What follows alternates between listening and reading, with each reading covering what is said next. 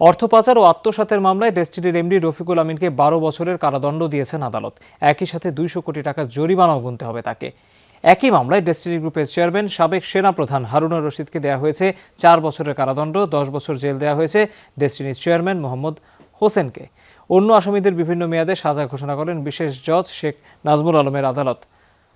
এই মামলার আসামি ছিলেন আরও 46 জন। তাদের মধ্যে হারুনুর রশিদ সহ জামিনে আছেন 5 জন। কারাগারে আছেন রফিকুল আমিন ও ডেসটিনির চেয়ারম্যান মোহাম্মদ হোসেন। অন্য 39 আসামি পলাতক।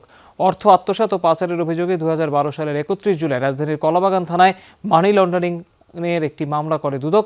2014 সালের 4 মে আদালতে অভিযোগপত্র দাখিল করেন দুদকের উপপরিচালক মোজাহার আলী সর্দার। তাতে ডেসটিনির গ্রাহকদের 4,119 কোটি 24 লাখ টাকা আত্মসাতের অভিযোগ আনা হয়।